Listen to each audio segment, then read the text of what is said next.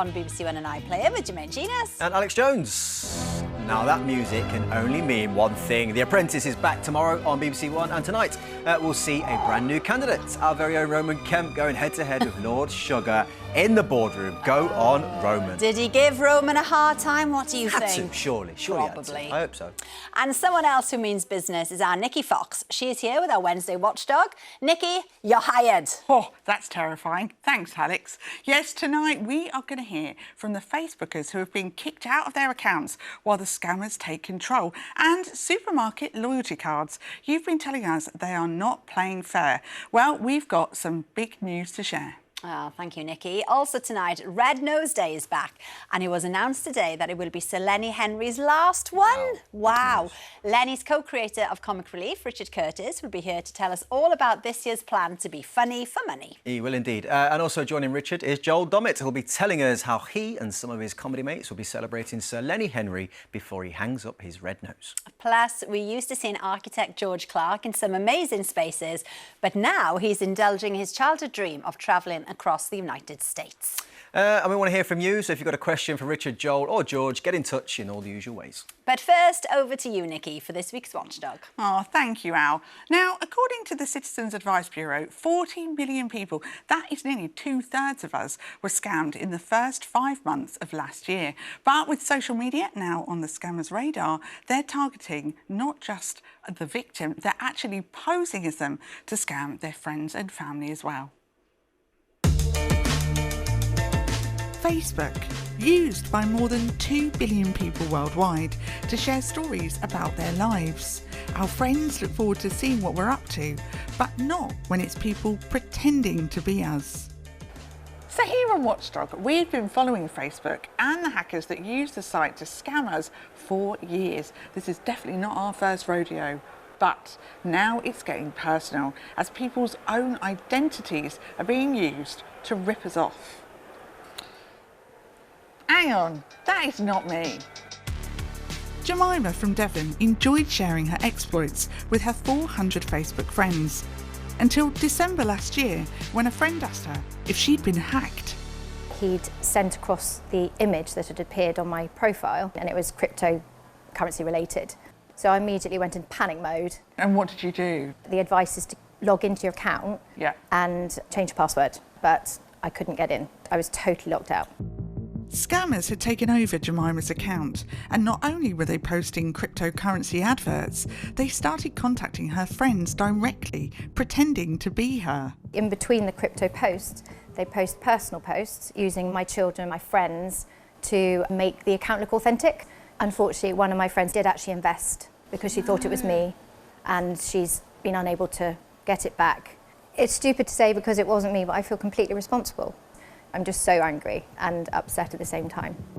Jemima has contacted 8 different departments at Facebook to try and get back control of her account, but has yet to receive a reply that's not automated. I've lost all faith in it. There's no customer service. To me, it just seems like they don't care. It's just awful to hear that someone you know has lost money because they've fallen for a fake status. But if your profile is being used to rip off countless strangers, well then surely Facebook would have to step in.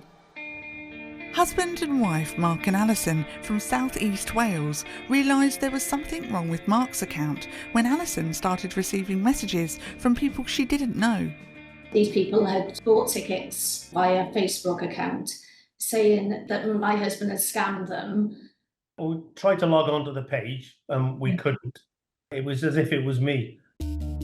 Mark's page was taken over by scammers who went on to advertise fake football tickets.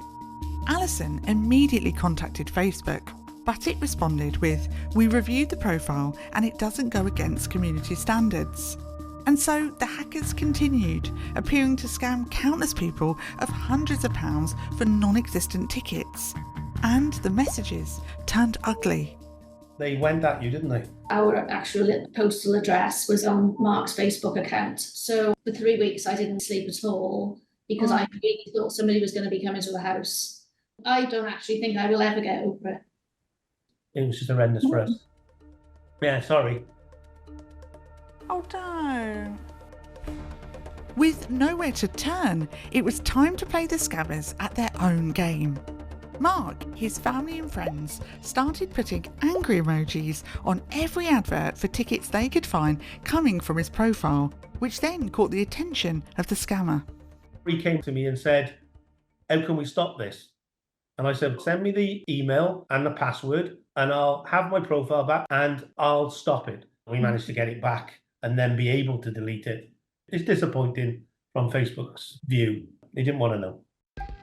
Since we contacted Meta, owners of Facebook, it's now secured Jemima's account.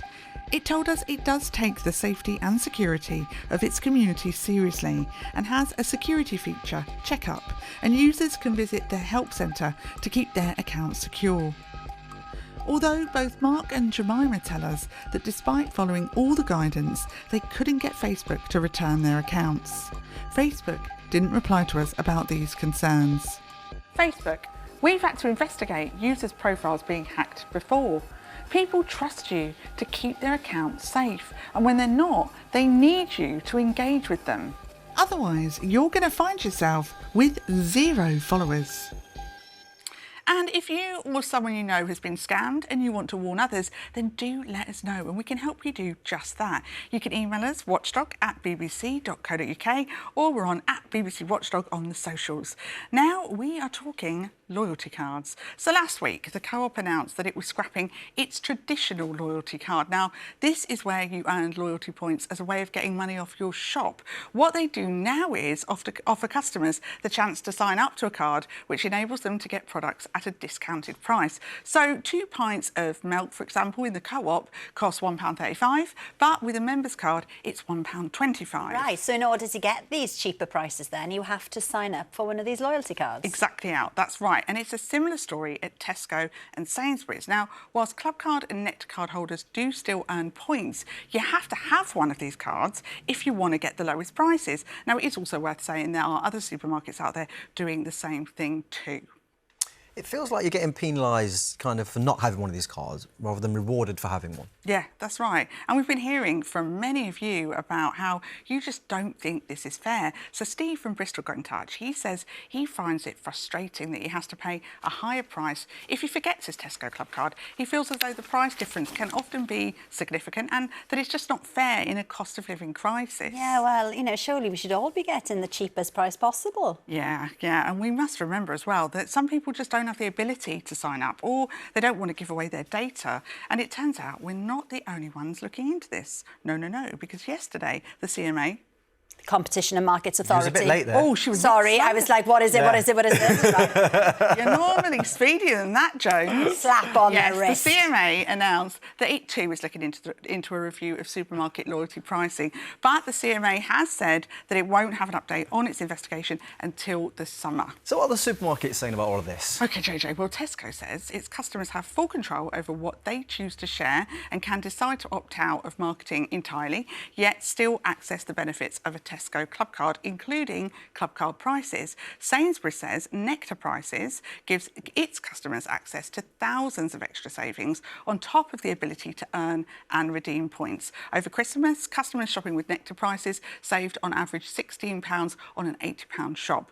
The Co-op, however, didn't comment. OK, well, we'll keep our eyes on that situation. Yes. But something else in the news has been BT. Yeah, that's right. Some BT customers, Al, found they were being charged for a subscription to an Xbox computer Game Pass that they hadn't actually signed up for. Now, some of the people we've heard from didn't even own an Xbox or play computer games. So how did it end up on their accounts then? Well, we asked BT that question and it says it's very sorry that a small number of customers have had passes fraudulently added to their account without their knowledge. It says it is investigating and it will be contacting impacted customers. These scams are getting more and more sophisticated at the minute, aren't they, Yeah. Nikki? Like, what advice can you give to people? Yeah, they are. Well, keep checking your bills. You may have a surprise subscription on there, so it's definitely worth checking those. If there's anything you don't recognise, report it straight to BT.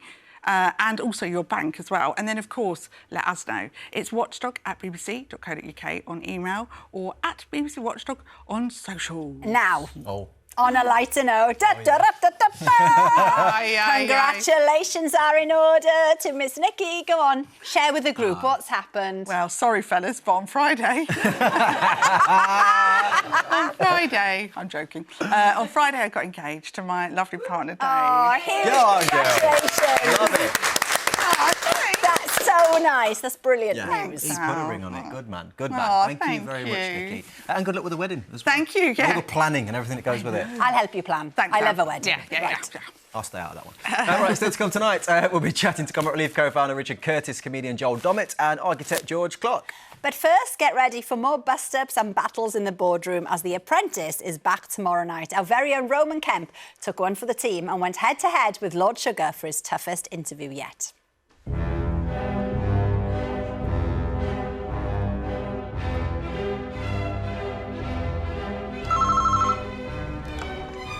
Yes, Lord Sugar. Could you send the young gentleman in from the One Show, please? Yes, Lord Sugar. You can go through to the boardroom now. Come on. Lord Sugar, do I bow? Do you curtsy? Hello. Good afternoon. Thank you so much for having me today. Take a seat, young man. Right, Roman, I've given you the task of interviewing us about The Apprentice. Now, if I don't like any of your questions, you'll be out that door quicker than you can say the One Show. Okay? It's quite a big table for just 3 people. Anyway, Lord Sugar, what can you tell us about the new series? This year has got the potential of being one of the best we've ever done. We've got a whole portfolio of candidates. I've got pharmacists, I've got experts in accountancy, so it's going to be very exciting. Karen, what can we be expecting to see from the task this year? Well, every task is really geared towards checking that if they got the money, can they actually run the business? So all of the tasks have a specific theme. We've got a great episode 1 coming up where we go to the Scottish Highlands and they have to put on a tourist task. It's particularly memorable for me because I'm in a wetsuit going down a forge, something not to be repeated when it's very cold. And Tim, for you, do you find it hard to intervene or help too much? It's not difficult at all because we're there to help them be the best that they can be to get the potential £250,000 investment from Lord Sugar. And actually, it's not just the money, it's the mentorship that they're going for as well. So our role is not to mollycoddle or save them, it's just to make sure we're highlighting an honest appraisal back to Lord Sugar. He said, you're being too polite, Tim. You told me it's like watching your mother-in-law drive the Ferrari over the cliff sometimes. My mum's still waiting for the Ferrari. But Lord Sugar, are you tougher over the years with the contestants? They say his bark is worse than his bite. Yeah. But trust me, his bark is pretty bad. Look, I consider myself to be firm, but fundamentally fair. I can't stand inefficiency, really, so I do lose it occasionally. You do love, ringing the contestants and making sure the candidates, they're spoken to very early in the morning. Is there a moment where your phone can switch off? I have to switch my phone off because my wife gives me hell if I leave it on and it bleeps in the middle of the night. So it is switched off, to be honest with you. And Tim, fans of the show, they love the interview process. For someone that's watching, what information can they take for a potential interview for themselves? You've got to remember, you've been called there, so you've got something that's of value. So remember that as a starting point. But the 3 things that they should be thinking about, particularly in this process, is be prepared. So make sure you've done your research. Don't come in with any waffle, because that will get found out really quickly. Be honest. If you've lied, we'll find out. And make sure that you're memorable for the right reasons, because you're in a competitive process and you want to stand out from everybody else. Karen, what would your advice be? So be assertive, be confident, be able to take credit for your successes you've had in the past and be able to communicate really well and smile. Everyone likes to work with enthusiastic people. Of course, but overconfidence must be a thing, though. Oh, overconfidence is the worst. What's the biggest mistake that someone can do when they're going for a job? What's well, that? you've just broken the first rule. I mean, you could have come in with a suit. Yeah, I did. I should have ironed as well. This is not the golf club, you know. Have you ever fired someone and then gone home that night and kind of gone, I made a mistake there? Yeah, simple answer is no. Right? No, not really. Those that have gone are gone. Karen's been here for years with me. She might back me up on that. She's never turned around to me and said, What are you doing firing that one there? What are you doing? Other than if he was a handsome, gorgeous bloke. Beg your pardon. Or a West Ham supporter. Oh, but West Ham supporter, sure.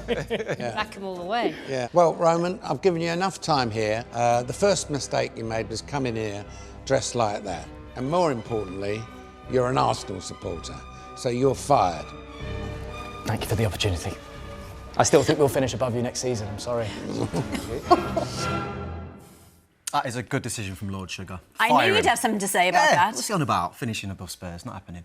Anyway, thank you, Roman. The Apprentice returns, BBC One and iPlayer, tomorrow at 9 p.m. Right then, it is time for everybody to get very excited about Red Nose Day. Today is launch day, the noses are out and available to buy, and Sir Lenny Henry has been calling on some of his friends to get involved. Yes, we're all ready for our three-legged race across Europe. Aren't we, love? Lenny, darling, I'm so excited for Red Nose Day. Actually, I'm just about to take off for my sponsored skydive. Lenny, you could join me. I'm singing for 24 hours. Yes! So join us this Red Nose Day, Friday the 15th of March, and do something funny for money. What a good gang. Of course you were with Bluey. Of course. Had to be with Bluey. Of course. Anyway, let's please welcome the godfather of comic relief, Richard Curtis, and the very funny Joel Dommett. Hey. We're doing it. You're doing it. We're doing it. Richard, got to get straight into it, because the big news today is it's going to be Sir Lenny Henry's last Red Nose Day. I mean, is it going to be hard to say goodbye to him? Do you know, it's the last time he's going to host, but even today I was with him and he's saying, I think I better do an appeal next year. Yeah, all right. I think I do. So he's still going to be very involved, but it's going to be, in fact, we're all in a way exhilarated. We've got a couple of surprises for him on the night. I would strongly, I think it's going to be quite an emotional night. Yeah. And, I mean, he is the third oldest man in the UK. So I think it's time. He's becoming a beneficiary, having been a fundraiser. I feel like you'll never properly get rid of him. He's like Jay-Z, he's going to keep retiring, keep going, keep going. But there are good youngsters, you know, coming up. Coming through. Yeah. Give you an opportunity. We can't say who they are. There's an amazing lineup of hosts, and Joel just snuck in. All right. Just made the cut. Just made the cut. I'm the first person to be announced, and trust me, it gets better than me. It really does. Come on, Joel. But no, Lenny's been amazing over the years. You know, we were watching lots of his old appeals, and he was so young. It is amazing when you see this, though, because it actually just reminds you of all the stuff he's done and how many years he's been so intrinsically linked to it. I know, and he's still so passionate about it. I mean, we both still...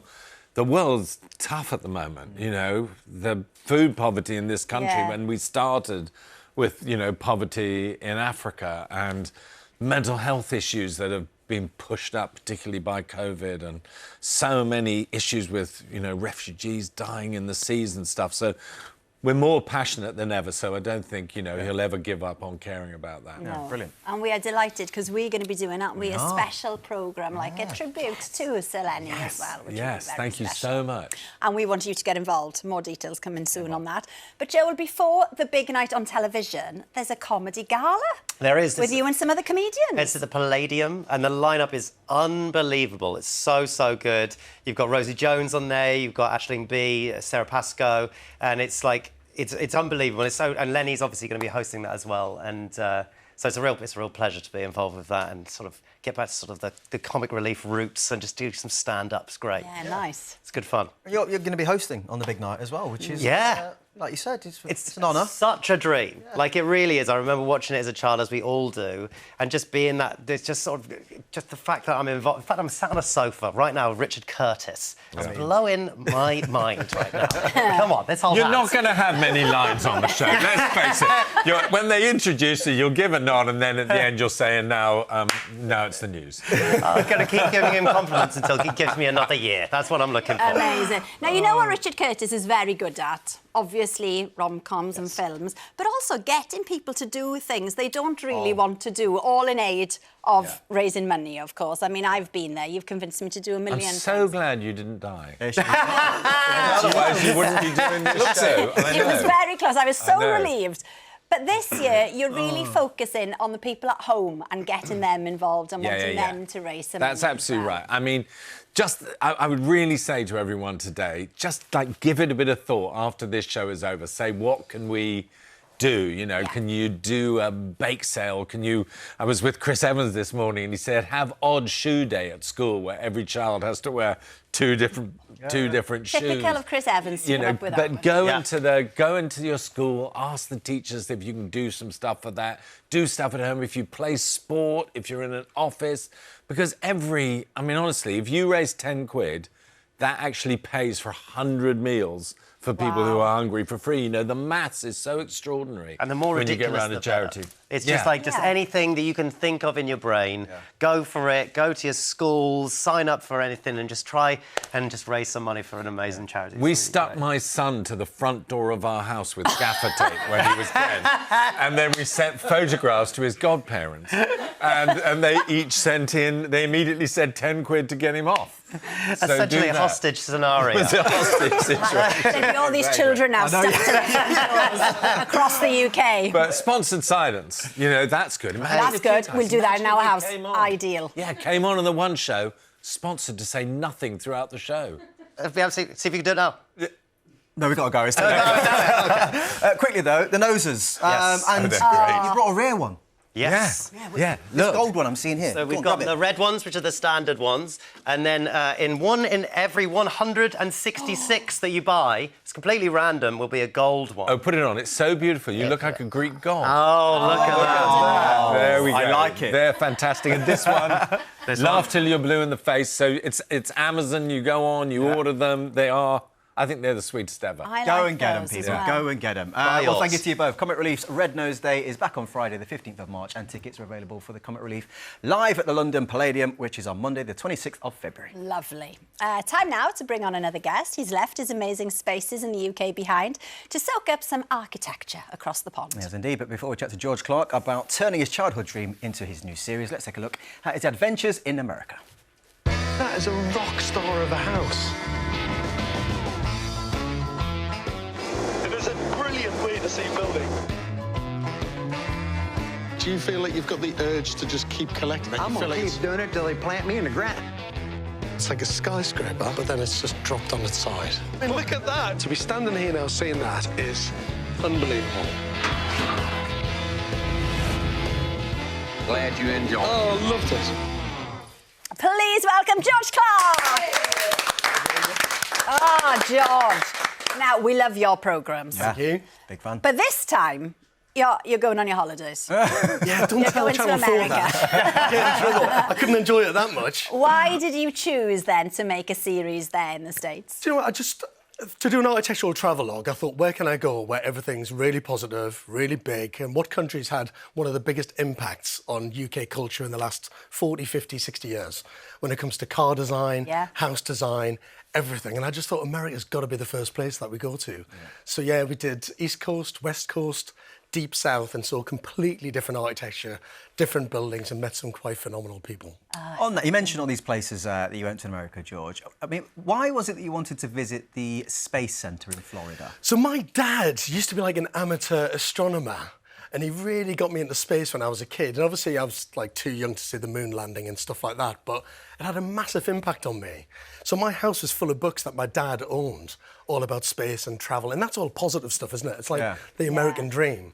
And I'd never been to NASA. So it was like right at the top of my list. And we went to do the AVB building, which is just enormous. Absolutely enormous. I think I did a piece of camera where I said you can fit like 7,000 Victorian houses in terms of volume into that building. It's probably the biggest structure I've ever been in. Just phenomenal. And then you step out on the roof and you see the landing pads where they've had the Apollo missions, everything from, SpaceX, everything happening there. It's just super positive. It's a silly question, really. I totally get it now. Why wouldn't you want to go there? Yeah. Sounds amazing. Because we did, it wasn't about kind of the obvious architectural buildings people might expect. Like, we could have gone to see Frank Lloyd Wright and Mies van der Rohe buildings and things like that. But it was about getting under the skin of Americana. So we did diners, we did everything. Well, the place I really love, because it's super nuts, really, right, is people, and they don't have cars in the driveways, they have planes, don't they? Yeah, that's in Florida, isn't it? It's in Florida. So basically, let's show me there. Literally, you are on an estate. Do you want to lift to school? What's even more random is that if you're in your car on this estate and a plane starts taxiing down the road the other way, they've got right of way. So what happens? The You've car's got to gotta go, pull over. Yeah, you've got to pull over, and then they park their planes on their driveway. So you're basically living on an airport. So it looks like a normal estate. You know, they've got their driveway, their house, their porch, their veranda, and then someone just turns up in their aeroplane after they've just been flying somewhere. Did you mention climate change to any of these people? Did you say we've got this tiny issue that Comic Relief is fighting against? Yeah, I should mention that more in architecture, to be honest with you. Very good point there. Absolutely. What about some of the other unusual buildings that you came across on your trip? We went off to the desert in Joshua Tree in Palm Springs. We saw this building called the Invisible House. I think you've got to show it. Except you can see it. I mean, you can just about see it. And, I mean, that for me sums up what America's like, because someone, this mad guy that I met, just said, I'm going to build this building. The concept was, it was take the idea of a skyscraper and then put it on its side. Oh, okay. And it's just this beautiful mirrored building, and inside there's like a 60-metre swimming pool, little kitchen at the end, 2 bedrooms, and it's in the middle of nowhere. But it's do so they have random. knickknacks? No. Or is it all clean? No, it's all See, I clean, couldn't it's all hope. pristine. No. I mean, that's what's amazing about... What? You want knickknacks? Like, what sort of Well, I things do, do you want you in know, there? I I thought he was on about the crisps for a second. I was like, where are you going with this question? I've just got such an image of your house. It's full of knickknacks, isn't it? I love a wall plate, Richard, I'll be honest. I did think you were talking about the crisps. I was like, that's such a specific question. What knickknacks have you got in your house? Go on, I'm intrigued. Does he have quavers? But the thing is, the reason you love America as well is because the rules are so different to the UK. Like here, there's planning permission and there's all this red tape and stuff, which is good because it keeps things in order. But there, do what you want. Yeah, I mean, obviously we're a smaller country. We've got a lot of people living in a smaller country, we're a small island. Huge amount of history. I mean, the Americans love to come to Britain because of our historic architecture. Yeah. So it goes both ways, really. And then we go to America and see this kind of big, grand, super positive stuff. But you're right, they don't have kind of parish council meetings to talk about planning submissions. They just don't get that. They're like, if I'm going to build a house, this is what I'm going to do, and no one's going to stop me doing it. Sounds amazing. Well, yeah, thank it you very really much, does. George. George Clark's amazing, Adventures in Americana continues That's the other next series, Monday. mate. That's the other series. I love it. I just love it. 8 p.m. on Channel 4, and the whole series is available on Catch Up. Oh, very quickly, we have to say congratulations on Take It Off, which is what we call it in Take our it house. off. Take it the off. Masked Singer. It's so brilliant, Thank you Joel. so You're much. so excellent on it. Honestly, it's such a joy to be a part of it, and it's doing really well. And the reveals have been so insane this year. Dionne Warwick. I know. It's mad. And Lenny Henry, sir, we should say, Yes. on the panel this weekend. Yes, he's on this weekend, and he fitted in beautifully with the madness. amazing. He really was great, and it's just, I think, one of the best series we've done. The reveals have been better than ever, and we've got some fantastic ones coming up. Can't Trust wait. me. Cannot wait. Well, thank you very much to all of our guests tonight, to Richard, Joel, George, and of course to Nikki. Roman is making his way back from the boardroom, and he'll be with me tomorrow. We're joined by Bill Bailey, Andy Oliver and Matt Lucas. Have a